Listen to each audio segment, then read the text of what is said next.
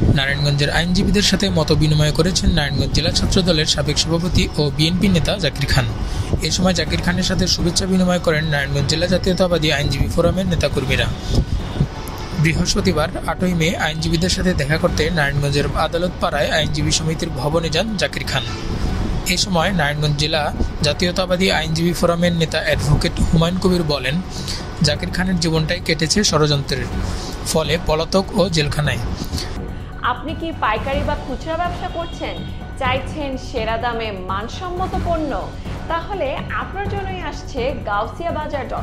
তার ছোট বাচ্চাটাকে কোলে দেখে গিয়েছে, আজ সে ও লেভেলে পড়ে।